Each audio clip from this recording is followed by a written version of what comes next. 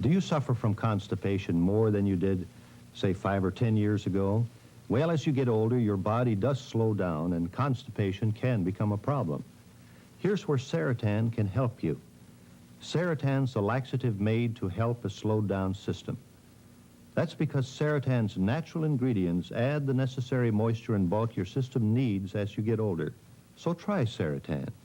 You'll find that constipation does not have to be part of growing older. That's right. You don't have to have a problem when you try Seratan.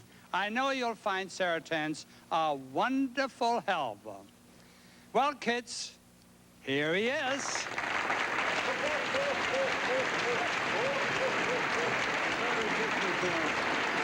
Did we start right in with the presents? Benjamin Griffin. Benjamin. Merry Christmas, son. Bobby Snell. Merry Christmas. Oh, go, son. Oh, let's get a couple of them here. David, Matt, there you are, honey. Merry Christmas.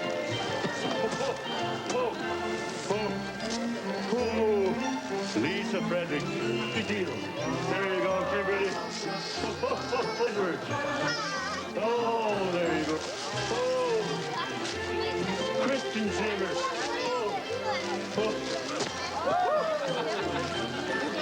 Heidi Holt. There you go. Nice piano playing. Oh.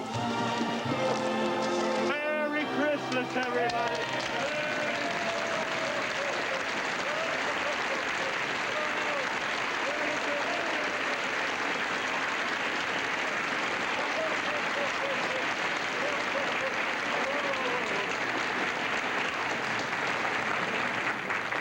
Friends, our time is up. Once again, it's been our great pleasure to share this glorious holiday with all you good people. Please join us next week for a Happy New Year's party. And now, on behalf of all of our musical family, I wish you all the joys and blessings of the holiday season. Peace on earth, goodwill to men, and a very Merry Christmas to you all.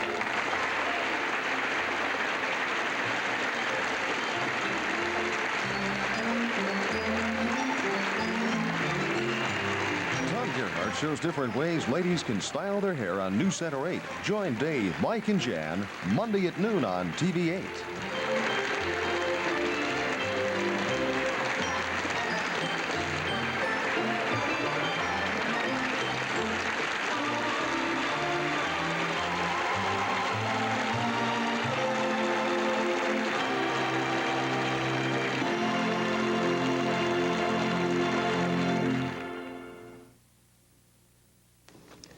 It's Christmas Eve around the world, but in 2 area sites, the search is on for murderers. At Hopkins Airport, last-minute holiday travelers try to make it through the Christmas crush for holiday dinner. Our Bill McKay is standing by live with a CityCam report. And we're going to share with you some good and safe ideas for this holiday season. Fred has highlights on the playoffs, and Mike says there may be, just maybe, a white Christmas. Stay with us. Newscenter 8 is next with those stories and a report from Gary Stromberg on Santa's sleigh ride without snow.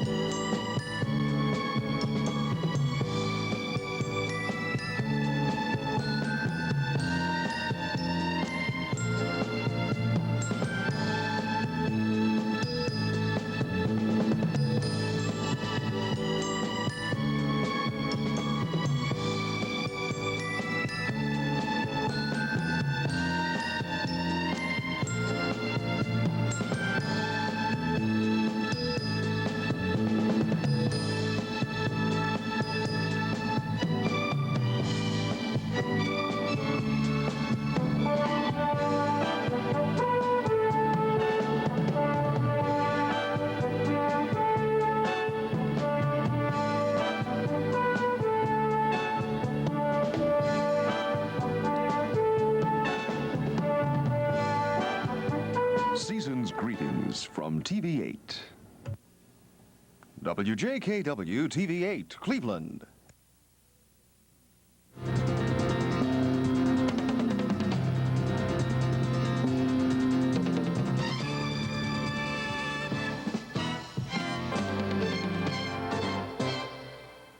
Good evening, everyone. I'm Jim Finnerty. Here's what's happening at Newscenter 8, and once again, it's a story that proves that death takes no holiday.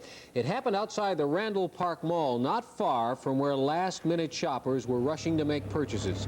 Cleanup workers found the body of a man lying face down in the snow. Police say the man, 23-year-old Larry Cook of Glendale Avenue in Cleveland, had been shot once in the head. Last seen Wednesday night, it's not yet known what happened to Cook or just how he got here. No weapon was found, and so far, no suspects have been picked up. A massive search has been launched in Ravenna to find out who killed 30-year-old Linda Guthier and her 6-year-old daughter, Tanya. Their bodies were found in a snowbank when firemen responded to a burning car call north of that city. The victims had been shot and stabbed. The car was that of the dead woman. There's another search underway in Los Angeles tonight, this in connection with, again, another homicide, and Kathy has that. Kathy? Yes, the hunt for the Hillside Strangler has been stepped up. The bodies of 2 young women were found in Southern California early today, and though both were brutally strangled, only one death is believed to be the work of the strangler who has killed 11 women in the last 2 months. The first body was found near the Rose Bowl in Pasadena. The other victims were found in the Wilshire district of Los Angeles. Here in Cleveland, fire investigators have not yet pinpointed the cause of a fire overnight at the Progressive Corporation on Hamilton Road. But last night, firemen had their hands full just dealing with that spectacular blaze.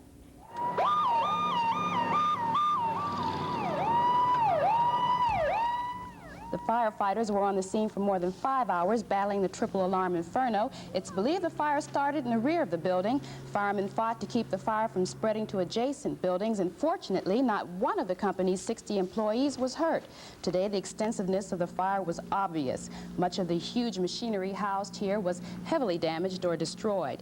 Damage has been estimated at $200,000. On a brighter note, with Christmas just hours away, you couldn't have asked for a better last shopping day before. There was no snow or sleet to trudge through, and so if you were out, you probably had lots of company. Both Higbee's and the May Company report sales up 8 to 10% ahead of last year. Hallie's was jammed too, and what's nicer, everyone we ran into today seemed to be picking up just one last item instead of having to rush about, jamming it all in the last day. A very important day for the little ones, too. One last visit with Santa before he makes his overnight journey around the world. Well, Jim, Santa has miles to go before he sleeps tonight. And if that goes for you in your travels this holiday, stay with us. We'll tell you what it will be like on land and in the air.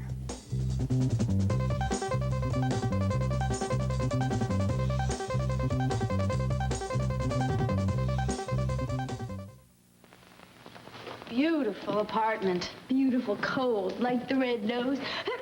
That's no way to treat a sore nose. Posh puffs. Stunning. And puffs feel softer, less irritating. Tissues are tissues. Close your eyes. Hands out. Oh, come on. Rub each one on your nose. This one's softer. Puffs. Soft and beautiful. Puffs, the softest way to treat a sore nose. Wendy's hot and juicy hamburgers come in 3 sizes. Wendy's single, 1/4 pound. Wendy's double, 1/2 pound. And Wendy's triple, 3/4 pound. When the meat's real juicy, the more you add, the better it tastes. The song goes, there's no place like home for the holiday, but you may not agree with that if you're the one rushing to make it home by Christmas through crowds, airports, or by bus. Newscenter 8's Bill McKay is out at Hopkins Airport right now with a live report on just what this Christmas Eve crush is all about. Bill, what's it like out there? Jim, there's another song that goes, I'll be home for Christmas. And as far as the people here at Hopkins are concerned, if you want to be home for Christmas, you're going to be home for Christmas, especially if you're flying out of here. Things are just going fine, aren't they, Tom? Things are just absolutely super. The weather is excellent. Everything is on time and normal. What about if somebody wanted to fly out of here tomorrow? How does it look for tomorrow? Tomorrow, the loads are not real heavy. There's still plenty of seats available. Okay. How about the crowd for Christmas Eve? It's been very heavy. Normally, the Sunday after Thanksgiving is our big day, but yesterday we equaled that number, about 8,800 passengers. And the return peak will actually be probably the 2nd and 3rd of January. It may even surpass yesterday. You know, Tom, a couple of minutes ago, I talked to some of the passengers Earlier, and one was going to the far north, and a couple of very beautiful ladies were going to the deep south. Let's listen to that now.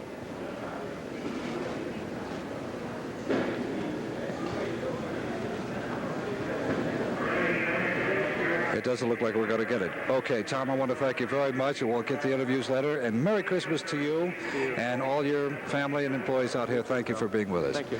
I'm Bill McKay. We are live with the CityCam here at Hopkins Airport. Now back to the studio. Well, with the Christmas holiday weekend only hours old, Ohio's highway death toll already stands at 4. Thousands have taken to the road. Of course, we all want to be with our relatives for Christmas. But Newscenter 8's Susan Howard warns that the Smokies are cracking down on careless drivers. Because they know that many people will be on the roads this weekend, Ohio State Patrolmen will be out in full force, watching for two types of lawbreakers, those who speed and those who are drunk.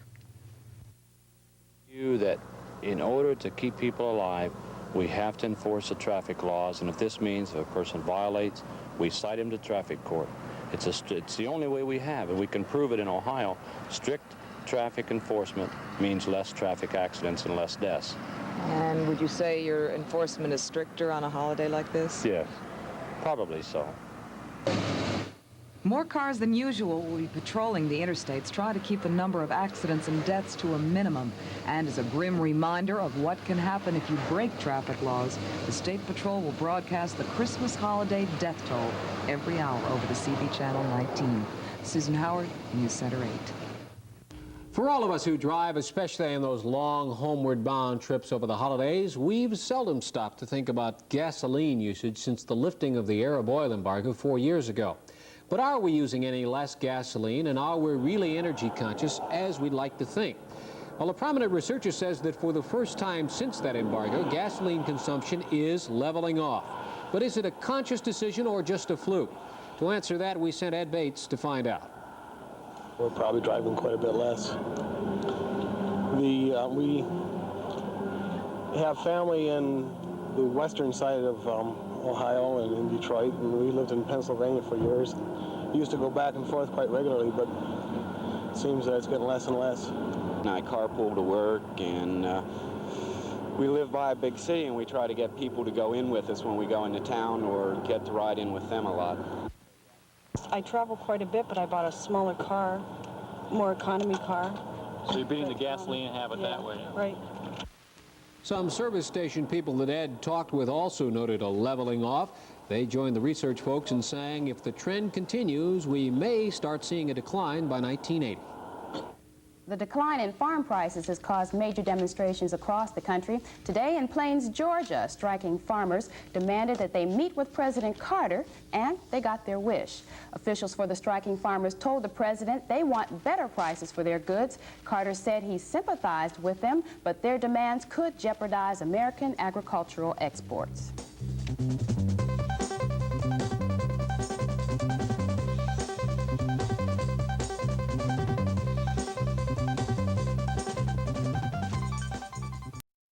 Wasn't Lois right? She had me in stitches. Hey, Sue, look at this. What? Look what's happening. See the shine coming through? Of course, you're using my lemon fresh joy. It's like it's shining itself. Thank you. That's why Hal and Lois were oohing and eyeing over your table. Oh, it did look pretty, didn't it? Pretty isn't the word. Everything sparkled. Okay. The thanks belongs to Joy, huh? And you, too. Oh. See for yourself how Lemon Fresh Joy cleans down to the shine. What a nice reflection on you. Hi, Peter Marshall here for the one and only Carpet Barn and Tile House with savings to 50% on quality carpet by Philadelphia. Price includes carpet, pad, and installation. Carpet Barn. You believe that you're Santa Claus? Of course. I intend to prove that Mr. Kringle is Santa Claus. He's crazy, too. Miracle on 34th Street, the original 1947 classic with Maureen O'Hara, Edmund Gwen, and Natalie Wood. Join us Christmas Day. It's a present to you and your family from TV8. Miracle on 34th Street tomorrow afternoon at 1 here on TV8. If you bought wooden alphabet blocks like I did for that special youngster this Christmas, you should check them. The Consumer Product Safety Commission has ordered the recall of more than 8,000 sets of the blocks. High levels of lead in the paint used on them make them unsafe. Now, the alphabet blocks recalled are packaged in a plastic bag. Now, take note, they are labeled the ABC Educational Blocks, made in Taiwan for Skyline International of Milwaukee, Wisconsin. If you have a set, return it to the store where purchased for full refund. There's one other point we want to bring out about safety on this eve before Christmas. It's a warning that not only toys need to be watched to make sure this doesn't turn into a season of sadness. Norma Davidoff has that story. During the Christmas season, there are many threats to small children that we don't think of because we're too busy having a good time. If alcohol is out in the open in glasses left over from a party or in an unlocked liquor cabinet, children may mimic their parents and take a drink, and that can be fatal. Alcohol is really quite a poisonous substance. The difference between a dose that would make a child unconscious and the dose that would kill him is not very great at all. Christmas decorations can be dangerous, too. Mistletoe and yewberries are poisonous. It's best to keep them out of reach, because it doesn't take much to harm a small child. This is the recommended first aid treatment for poisoning. It's Ipecac syrup, and it will make the child throw up and get rid of the poison. You can buy it in any drugstore without a prescription, and Dr. Garrettson recommends it for every family with a child 1 to 5. And there can be hazards under the tree, too. Beware of aftershave lotions, colognes, and other gifts with an alcohol content. Taking these few but obvious precautions will make for a happier Christmas. This is Norma Davidoff reporting. Well, the Oakland Raiders got their Christmas present early this year. They did. In fact, Santa Claus played the role today. Number 87 for the silver and black. No question about it. He's about as big as Santa Claus. And jolly tonight. Oh, was he ever. We'll tell you why in a moment.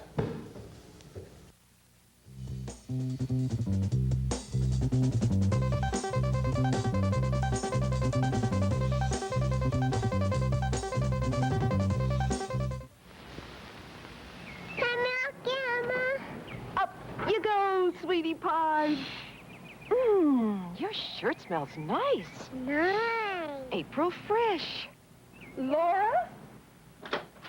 Laura, I can tell. You're using Downy. Of course I use Downy, Mom.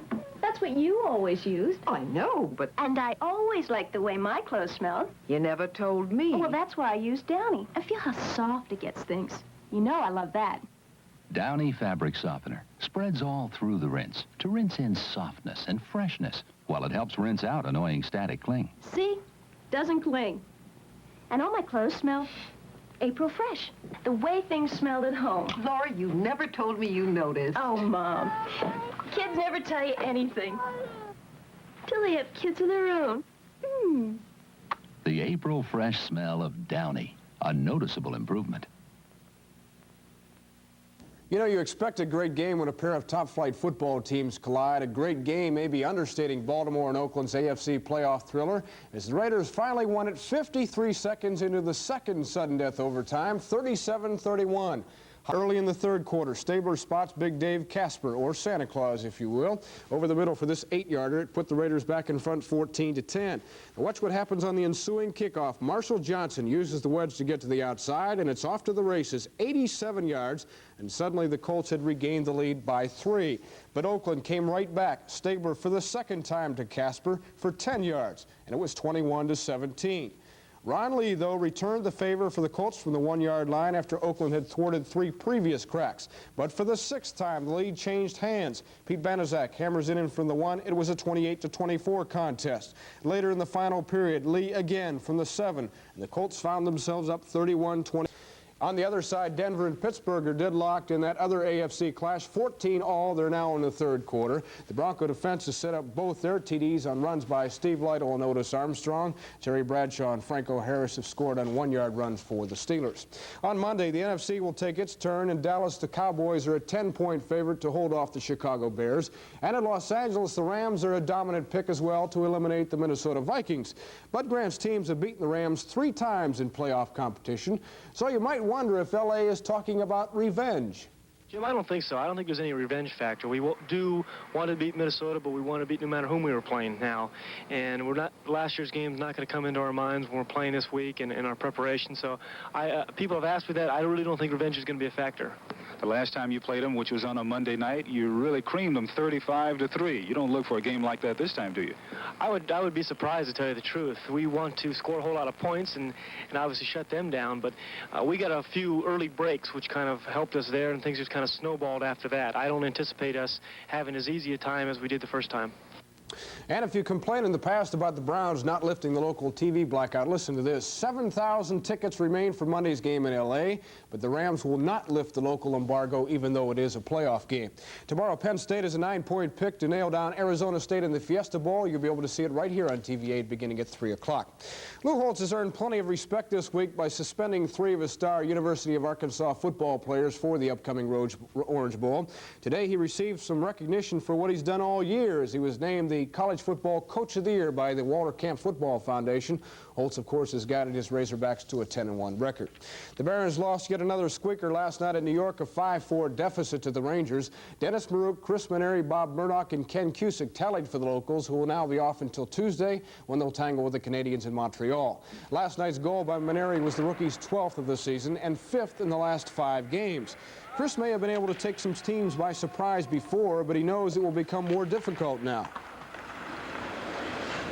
Well, I'm sure it will, but I'm sure it's the same for everybody else in the league as the season goes on. The teams tighten up a lot more, so I've expected it to be a lot tougher as it goes along, so I'm kind of gearing myself for that. What kind of hockey player do you describe yourself as? I have to be a hard-working type guy because I just don't have the talent of a Marouk or something like that, so I'd like to think that I'm a good two-way player and that I work hard at the game.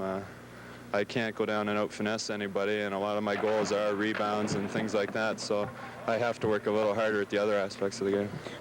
Finally, the Cavaliers, tied for first place in the NBA's Central Division with Washington, will spend part of their Christmas Day at the Coliseum tomorrow. The Buffalo Braves, of course, will also be there. The game will be nationally telecast, except here in the Cleveland-Akron area, but we will have highlights for you tomorrow at 6 o'clock, and for you, too. Don't want to leave you out. Well, it's nice to know that somebody besides us is working on Christmas Day as well. Thanks, Fred. There's an old fable which says that animals can talk on Christmas Eve. I remember waiting for my dog Waldo to utter a few words, but I'm sorry to report he never did. Maybe he just had nothing to say. But another concern about animals took Newscenter 8's Ann Mulligan to the Cleveland Zoo last week, and perhaps it's fitting that she found some sort of animal Christmas getting an early start. You know, Cleveland winters are really awful, and I'm an animal lover, so I got to wondering, how do they take care of the animals at the zoo? Well, these guys have it easy because they're used to it. But what about the rest of them? Now, a lot of the animals are used to hot and sultry weather, so you can imagine what they think of Cleveland temperatures. And they have such little hair on their bodies that there's no way they can keep warm outside, so a lot of them are in all winter and beefed up with extra food. Some of them even need more attention, like the elephant who needs a regular grease job on his skin to keep it from drying out. I thought they must get pretty bored being inside, but some of the zookeepers do extra fussing and teach the animals tricks. And of course, they get a lot of extra tidbits that make it all worthwhile. So as the saying goes, this weather's not fit for man or beast. And it seems that unless you weigh about 800 pounds and have shaggy white hair all over your body, Cleveland's winter is almost unbearable. This is Ann Mulligan for Newscenter 8. Hey, Mike, I'm sure the little ones out there want to know whether or not there'll be some snow tonight because Santa can't arrive on his sleigh without snow. I'm not going to tell you. No, I'm going to tell you. As a matter of fact, we may have some good news for all you good little boys and girls out there, and all you older folks, too, if you like a white Christmas. Looks like we may be getting some. We'll tell you that whole thing when we come back.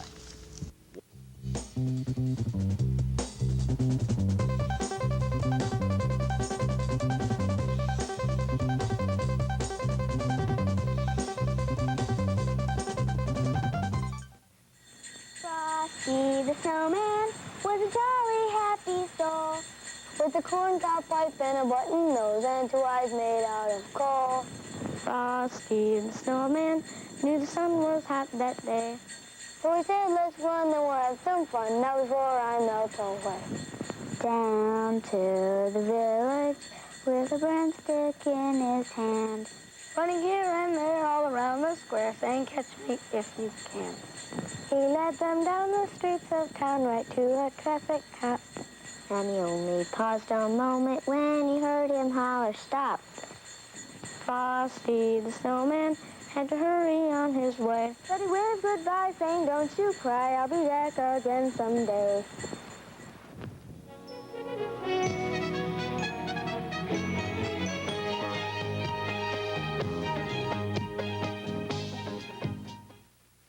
Well, I'll tell you, if you had to do some last-minute Christmas shopping today, you had a great day for it. It was nice and warm, got up to 49 degrees, and very little moisture. As a matter of fact, none. Yet, we're going to get some, though. Let's look at current conditions now. At Hopkins, 47 degrees. Relative humidity is 89%. 80%. Okay, the barometer falling, now 29.61 inches. And the winds from the south at 16 miles per hour, gusting to 24, and, as noted, no precipitation so far today. Let's take a look now at color radar. It is on the 50-mile range, and it looks like we have something to look at. A lot of echoes bouncing off. Down south around the Akron-Canton area and to the east of Mansfield, a whole lot of echoes bouncing back, a lot of moisture in the air. Also out on the lake off Lorraine and off Sandusky. These are rain showers that are coming our way. These will change to snow flurries later tonight. So we're going to have a white Christmas by tomorrow morning if everything works out right. We had a high today of 49 degrees after a morning low of 28. A year ago, a lot colder at 27 and 2 above. Lake temperature remains 34 degrees. Within the last hour, we have rain shower activity at Cincinnati, at Dayton, at Columbus, Zanesville, and down at Huntington and on into West Virginia. And as we saw on the radar, it is moving our way down around the Akron-Canton area. There's also some on the lake off Cleveland. Sunrise tomorrow morning at 7:52. The sun will set tomorrow evening at 3 minutes past the hour of 5. Let's take a look now at the satellite picture. And this was taken at 1 o'clock this afternoon, and it shows a great deal of cloudiness over Ohio. Actually, the only area of sunshine is right up in the Dakotas, and that part is probably socked over with clouds now as a front has moved through that area, and it has brought some snow to the Dakotas and the Minnesota and Wisconsin area. We have a low pressure cell that is anchored on this line. Actually, it's a warm front at this point from here in Iowa all the way over to western New York. And this is the line that is going to be moving through Ohio during the night, and the snow is behind it. So we'll be getting snow or snow flurry activity later tonight, probably by the time all you kids go to bed. Warm day down south of that front, though. We can take a picture of a young man in Boston who's just dying to use his hockey stick by the pond on Boston Common, but it seems temperatures there in the 50s today have precluded his playing any hockey at all. Let's go to the forecast now. We can look for winds tonight from the south at 10 to 20 miles per hour, gusting up higher than that out on the lake. For any of you boating fans, gale warnings are posted. For tonight then, showers early this evening, turning to snow or snow flurries later tonight. 1 inch or less accumulation. The overnight low around 24 degrees. For tomorrow, windy, a chance of snow flurries, and a high of about 33 degrees. Looking ahead to Monday, snow flurries are possible. It's going to be a lot colder with a high of 21. Tuesday, fair and cold. Again, a high in the lower 20s. A chance of snow or snow flurries on both Wednesday and Thursday with a high in the low to mid-20s. And that is the weather picture, Jim. Boating fans on the lake tonight? Ho, ho, ho. For folks out there boating on the... I don't think there's anybody out there, Mike. Of course, I could be mistaken. Thanks. This being December 24th, our TV8 editorial tonight has some special thoughts in keeping with the season. Here with that is News and Public Affairs Director Virgil Dominic. It's Christmas Eve. It won't be long now, and all those presents piled under the tree will be opened to reveal their wonderful contents. And a Cleveland mother has sent a poem to remind me that it's not the quantity of gifts we receive, it's the intent of the giver that really makes the gift worthwhile. This is the story of a mother who got something from her 8-year-old boy. I made it specially for you, he said, and handed me the dubious dab of color he had made for me to see. A horse, a cat, a fish, a shoe, but who quibbles with such art? No matter what it was, I knew it came straight from his heart. I told him it was beautiful, and I loved his big surprise, and $1 million couldn't buy that pleased look in his eyes. Especially for you. 3 words such potent magic hold. They turn the smallest gift on earth to one of purest gold. All of us here at TV8 hope that all of your presents are given and received with such a love.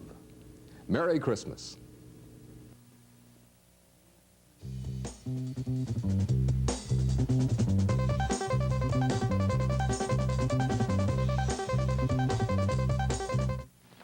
Beautiful apartment. Beautiful cold, like the red nose. That's no way to treat a sore nose. Posh puffs, stunning. And puffs feel softer, less irritating. Tissues are tissues. Close your eyes. Hands out. Oh, come on. Rub each one on your nose. This one's softer. Puffs. Soft and beautiful. Puffs, the softest way to treat a sore nose. Mrs. Heinzelman has been buying the same brand of peanut butter for 10 years. She thinks it's best, but with the labels of the 3 leading brands hidden, can she pick it out? Which one do you prefer? So you buy Jif? Oh. Do you buy Jif? No. Why did you pick Jif? Because it tastes the best. It really did. It tastes like fresh peanuts. I'll give you a free jar. You can have your regular brand or you can have Jif. I think I'll take Jif. You got it. Okay. More and more choosy mothers choose Jif. When you put your youngsters to bed early tonight, it's going to be awfully hard for them to sleep as they listen out for Santa Claus. Newscenter 8 reporter Gary Stromberg talked to some children today, and you'd be surprised they don't really know much about the way Santa operates. Everybody knows that Santa Claus will be visiting thousands and thousands of homes tonight. But we wondered how Santa knows which houses to go to. So we asked some young experts here at Severance Center. Is Santa Claus coming to your house tonight? Yeah. How does he know how to find you? If I tell my phone number and my address. He has your phone number and address? How'd he get it? If I call him and tell him. You called him and told him, huh? Yeah. How does he know how to find your house? He'll look around on his sled when he can see all the houses from the sled. How will he know how to find you? I'll be asleep. He'll go in my bedroom. And what'll he do then? I don't know. I won't be watching. Is Santa Claus coming to your house tonight? No. Why not? I celebrate Hanukkah. How will he know how to find your house? He looks at other houses. Is Santa Claus coming to your house tonight? Yes. How will he know how to find your house? I guess he has a map. How's he going to know how to find your house? He may look through his magical ball. His magical ball? Mm-hmm. And that tells where you live? Right. So a lot of Cleveland kids aren't really sure how Santa Claus actually finds them, but they're pretty confident that he will find them tonight. Gary Stromberg, Newscenter 8. I like the phone number and address myself. Tonight, all our young viewers, of course, will be nestled all snug in their beds while visions of sugar plums dance in their heads. Something along that line on Public Square, which follows next here on TV8. Dreams and what they mean. Stay tuned for that. And join us for a very special show tonight at 11 when we'll not only update the news, we'll report on a very special Christmas shopping list for Cleveland Mayor Dennis Kucinich. See you at 11. Have a nice evening. Good evening.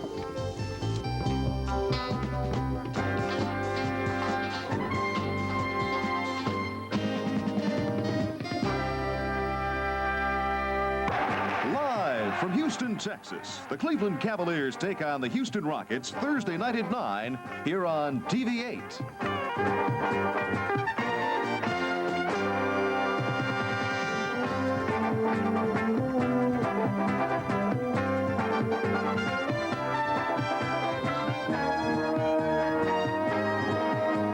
Cleveland versus Houston Thursday night at 9 on TV8. When you need information on health and social services, Community Information Services can be your detective. Call them anytime, 696-4262. WJKW TV8, Cleveland.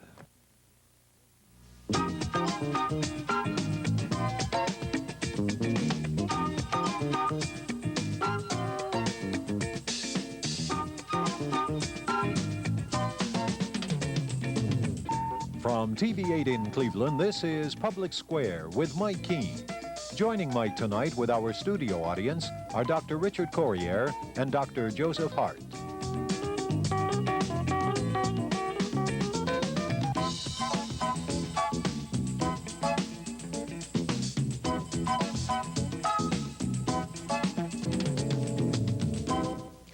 Hello, everybody. You know, people spend a lot of their lives dreaming. I think the doctor said 5 years on an average. It's a world of the unconscious where we seemingly have no control. Dreams can offer relief from the unhappiness of the waking world and escape from the everyday problems. Sometimes dreams bring us the sheer terror of nightmares, but enjoyable or frightening, for most of us, the world of dreams is a world cloaked in mystery. Yet that mystery does not exist, not for tonight's guests. Richard Corriere and Joseph Hart are doctors of psychology. They claim to have bridged the gap between dreams and reality. Doctors Corriere and Hart believe that dreams can be a simple picture of emotion, pictures that can work to defeat the problems of daily life. They have put their theory into practice at a dream therapy clinic in Southern California. Their methods are described in a book that they have written, The Dream Makers. It's subtitled Discovering Your Breakthrough Dreams. This they call a revolutionary method to make your dreams and feelings work for you. And with that, I'll start the questions, and then we'll turn the program over to the studio audience. I think the first thing I'd like to know about is, what the heck is a breakthrough dream? In order to understand a breakthrough dream, you have to understand a normal dream. Okay. So most people in the country have dreams in which they're the victim. They're passive. There's lots of anxiety and apprehension. And it's symbolic, so when they wake up from it, they go, oh, what happened? I just don't understand what happened. And a breakthrough dream changes all of that, because in it, you're the star. You're very expressive. You say what's on your mind. You say what you feel. You're physically active. You move around in the dream. You can punch bad guys, kiss the people that you like, and there's little or no symbolism in it. You wake up understanding what it means and how it relates to your waking personality and to your life. Why do people so often have dreams, Dr. Hart, where they seem helpless, or they can't move, or they're in a position, as you said, that somebody's beating them or misusing them, and they can't fight back? Well, there are two reasons. One reason is physiological.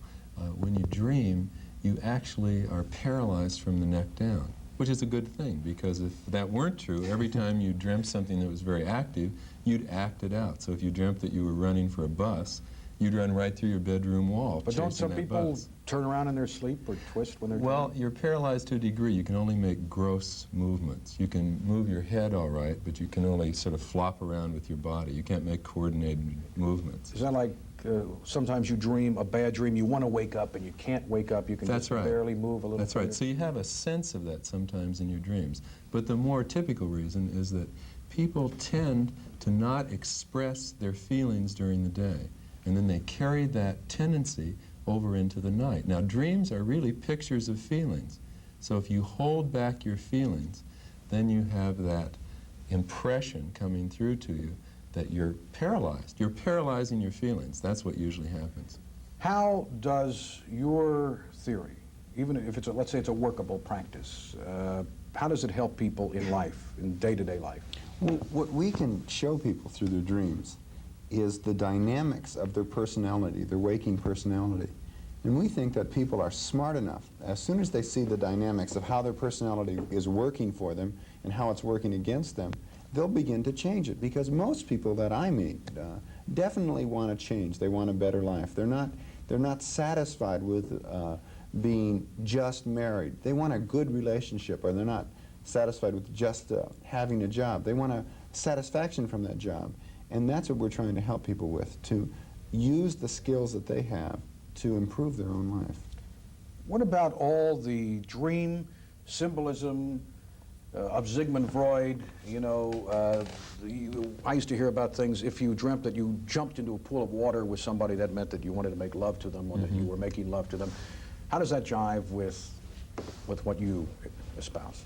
We've really shifted away from the interpretation of symbolism, because even if you can sometimes guess accurately, or if you can get help from an analyst to help you guess accurately, that doesn't really change your dreams. You keep having symbolic dreams. And we focus instead on teaching people to notice how they are in their dreams, how they function in their dreams. And once they notice how they function in their dreams, then they can begin to do something about the relationship between their dream functioning and their waking functioning. The majority of people that come to you, to your clinic, are they people that are severely disturbed? Are they people that are mildly disturbed? Are they people that are just interested in learning about their dreams? We actually bridge that entire spectrum, but most of the people are just like you and I. They're just everyday people who want something more in their lives. And that's what we're trying to give people. We think that preventative psychology is much more important than trying to help someone with a severe emotional problem, though we've done that many, many times, because you can get to more people when you're into preventative psychology. Do you have detractors? Do you have psychologists and psychiatrists that believe in Freud, in Freudian theory, and they say, you guys bunko? Sure, it's a controversial theory, but we are willing to argue with people. We have a lot of research, both physiological research and psychological research, and we have a lot of clinical observations. So we know it's going to take a while to establish this new way of looking at dreams, but we're willing to go through the argumentation stage. We want the controversy, because if not, then your theory isn't radical enough to really change some things that we think are outdated. You talk about something in your book, when a person is able to help himself through his dreams or go through the therapy, becomes a dream maker. But you begin with a terrifying experience that a psychologist has, that the dream maker he doesn't control comes to him and puts him through all kinds of awful experiences, and it indicates that there are some painful experiences in this therapy for someone that would undergo this therapy. Is that true? Yes, and undergoing the therapy and undergoing the practices in the book are two totally different things. The book is very educational, and it's a slowed-down version of the therapy. But if you really want to change, you've got to face some parts of yourself that you may not like, and often that is painful. I have to do this. My wife, when she found out that we were going to do this program, she said, I have a reoccurring dream. I want you to ask the doctors about this dream. And the dream is simply that she's back in high school, all right? It's graduation. Everybody is graduating. Her turn comes. She comes up, and they say, you can't graduate. You don't have enough credits. And she says, but I do. I have proof. I have the credits. And she argues with them. Then they argue, and the same thing happens. She doesn't graduate. Everybody else graduates. We'll just take a functional view of that dream, okay? We won't get into what it means or why she had it. Functionally, she's got to understand that arguing for her doesn't get her what she really wants to get, which is getting and proving that she has the credit to have something more. What we would do when working with this dream is get her to express, that would be one thing, how much that she is worth already without proving or arguing about it, and that's a great difference. And the other thing is we'd get her to admit that she's already graduated from high school and that she keeps going back to old things to argue about, and that doesn't make her feel very good. I can send her out to California, but I don't have to. You've told me. I can go home and tell her, and she can watch, and everything is going to be solved. But we want her to experience it. That's what we're really looking for.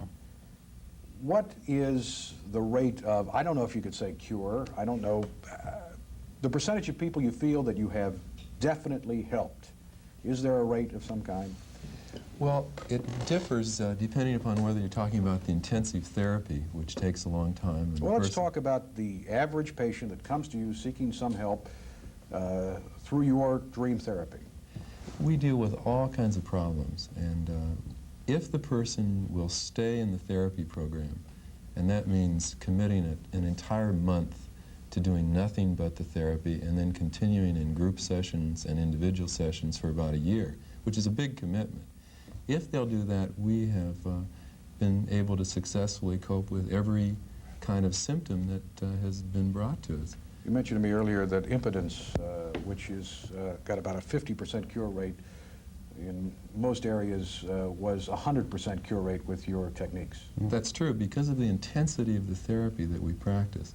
That's, if we had to practice the way most psychiatrists and psychologists practice, which is to see a person just occasionally in their offices, then of course our rate would drop down also. But we have this incredible commitment in the therapy that we do. It's about that time to break away, and we'll come back and talk to the audience. We have a very small audience tonight, and for a good reason, because we're going to use them to talk about dream therapy. and it should be interesting, so stay with us.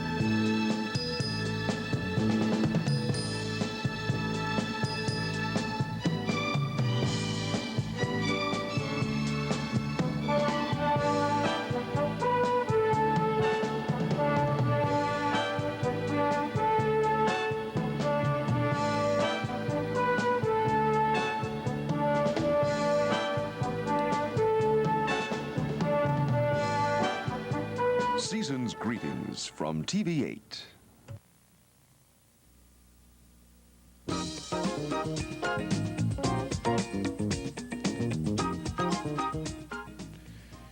Now we're going to go down to the audience and we're going to work with some dreams. And I talked to you earlier before the show. You had a whole host of questions and things to talk about. What are we going to start with? I'd like to know if you see dreams as predictors of events in your patients. You have to be very specific. I don't know what you mean as predictor of events. What kind of events? You mean like foresee into the future? Yes, foresee into the future, things that then in fact do happen the next day or in the near future. Well, we don't believe in ESP because we've looked at all the scientific literature and we've even done some research on it, and we've had a very hard time finding any conclusive evidence. But we have a belief about people that they're very intuitive and very smart. And often they know things that they don't allow themselves to know when they're awake. And that it seems like predictive, but it's really just common knowing that comes out in their dreams. So that's our real view of it. How about the occult in general? Anything that you feel about that? Is it bunk, or do you have an open mind? Well, I'd like to just keep an open mind about it because we've tried actually to replicate some of the most interesting experiments unsuccessfully, but every time I see one that looks like it might be promising, we discuss it and see if we could examine it. So you try things that you read about in medical journals that... Right. We think some of the most interesting things about the occult is that if someone enjoys it, they have personal experiences which are satisfying, and it leads them to a more functional and meaningful life for themselves. That's what's important, not what we as professionals say about it. Are you publishing your findings in other than professional journals where the average person can read them? Yes. We like to publish both in professional journals and popular journals, and we like to write both popular books and technical books. So we've published in journals like the Journal of Experimental Physiology, which is the kind of journal where everything has mathematics on every other page, and it's very hard to read. And then we also have published in, everyday newspapers. I'd like to do what we talked about earlier, and that's do a little bit with dream therapy techniques. Great. Good. So if I can have a volunteer to talk about dreams. All right, you, we'll talk about dreams? Okay, let's see what we can do. Shall I give you a dream that I had? Yes. In my dream, I received some flowers. They were white, and I sensed that they were forget-me-nots, but I have since learned that forget-me-nots are blue, but in my dream I felt that they were forget-me-nots. With the flowers, a card came, and the card was the florist's card, but a message was on it, and the person who had sent them to me told me about a marriage in the family, and also mentioned that he had taken 4 important trips, and he signed his name and his address in full. It's a very complicated dream. Is it a recurring dream? No, it happened one time. Okay, what's your name? Marianne. Okay, is that a shamrock there, a golden shamrock? Oh, I really don't know. It could be. Okay. Did you like the feeling in the dream? My feeling in the dream was that maybe it meant that I was going to be receiving flowers, and I felt anticipated about it, and I felt good. Hold it, hold it. Did you like the feeling, just yes or no? Yes. Okay.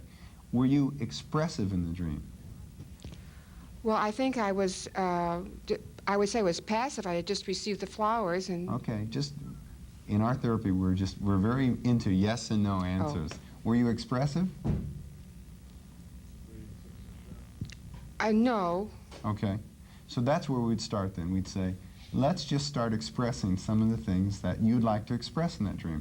So what's one thing you'd like to express? That I received flowers. Okay, how did that make you feel? Very good. And that's what we'd want you to start with. I feel very good getting those flowers. Why don't you just do that and say that?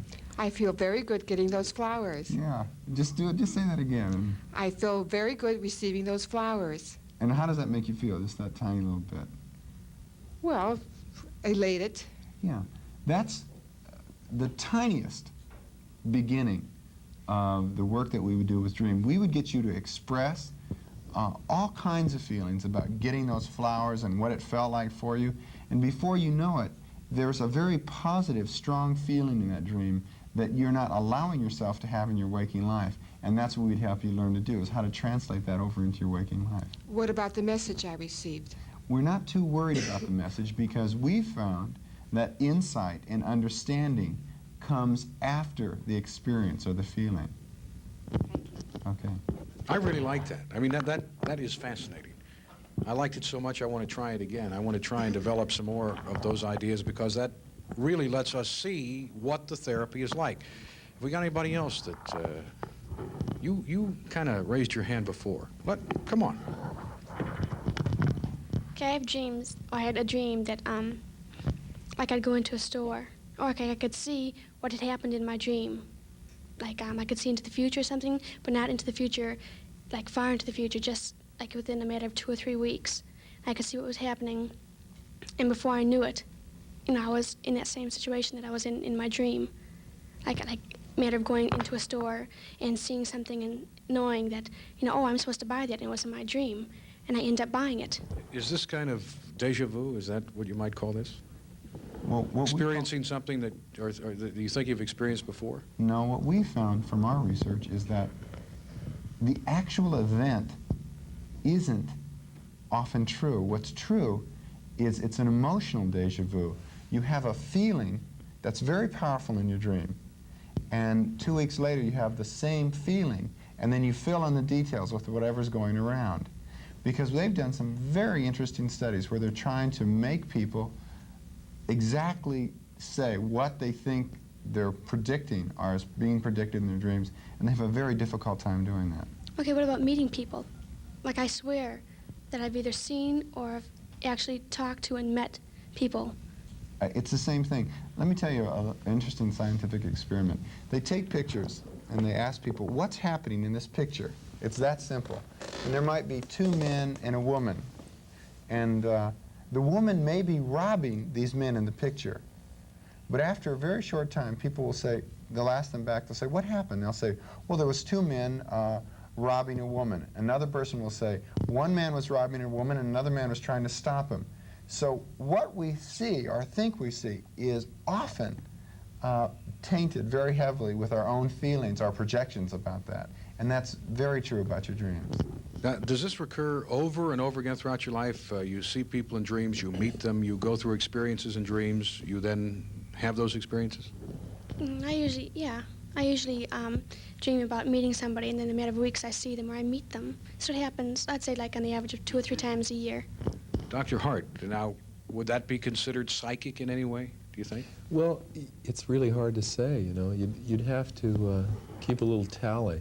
So you'd have to keep track of all those times that you dreamt that you were going to see a person and then did see them, and then all the times that you dreamt you were going to see a person and didn't see them, and then all the times that you dreamt you were going to see a person and you forgot whether you were going to see them or not, or whether you ever did see them. And if you kept that tally, then we'd start to know how accurate your dreams were as predictors. Do you know what's an interesting phenomenon about ESP and any kind of occult thing, which could be having visions or walking on water? those are all side phenomena, because all of those experiences are really just trying to teach you something about yourself and give you an experience about yourself, which most people get sidetracked in. They're much more concerned with levitating or doing some magical feat or predicting the future. But most teachings that I've ever studied really end up saying it's you knowing about yourself and how you feel and how you are in the world. That's the most important thing.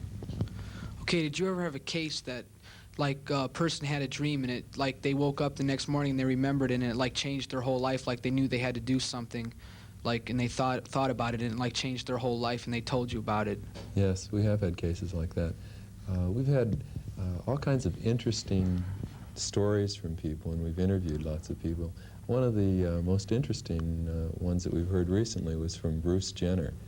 He, all the time that he was training for the Olympics, he went through this arduous training, and he kept having the same dream.